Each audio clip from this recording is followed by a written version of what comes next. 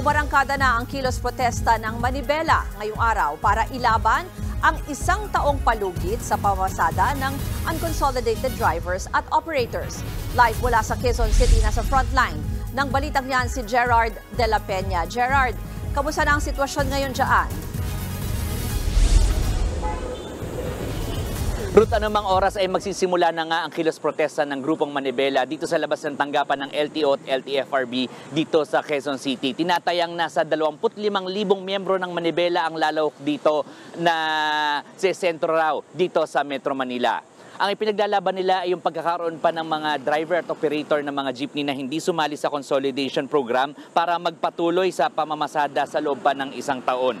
Nanindigan ang Manibela na mayroon na pag-usapan noong huling hearing sa House Committee on Transportation para sa unconsolidated PUVs. Nauna nang itinanggi ng Department of Transportation ng umano'y isang taong extension at sinabing suggestion lang ito ng isang mambabatas. Pero ngayon gusto ng Manibela na maglabas ng kautusan ng LTFRB para mapagtibay ito. Muli na may giniit ng grupo na hindi sila tutol sa PUV modernization program. Kailangan lang daw gawing abot kaya ang presyo ng mga modernized jeep. Hiling din nila hayaan na lang ang pagkakaroon ng mga individual franchises ng mga operator. Nanindigan na rin noon ng DOTR na tapos na talaga ang consolidation. Ngayong araw naman, tatalakayin din ng LTFRB, LTO at MMDA ang gagawing panghuhuli sa mga PUV na ituturing ng kolorum matapos hindi sumali sa kooperatiba. Ruth, sa mga oras ito, kung makikita nyo dito sa aking likuran ay may mga nakaabang na mga pulis dito sa labas ng LTFRB na siyang magsisiguro na hindi magkakagulo dito sa kilos protesta. At sa ngayon din ay normal pa ang biyahe ng mga jeepney at may mga nasasakyan pa naman ng mga commuter dito sa kabaan ng East Avenue at sa Commonwealth dito sa Quezon City. Ruth.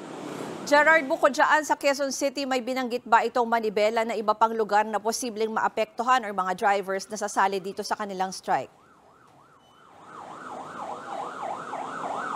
Sa labas ng NCR route, wala namang nabanggit ang Manibela at kadalasan kapag may mga ganito silang mga kilos protesta, meron lamang participation yung ilang mga nasa probinsya. Pero sa ngayon, ang sabi lang talaga nila, ang sentro nitong mga kilos protesta na ito ay dito sa Metro Manila.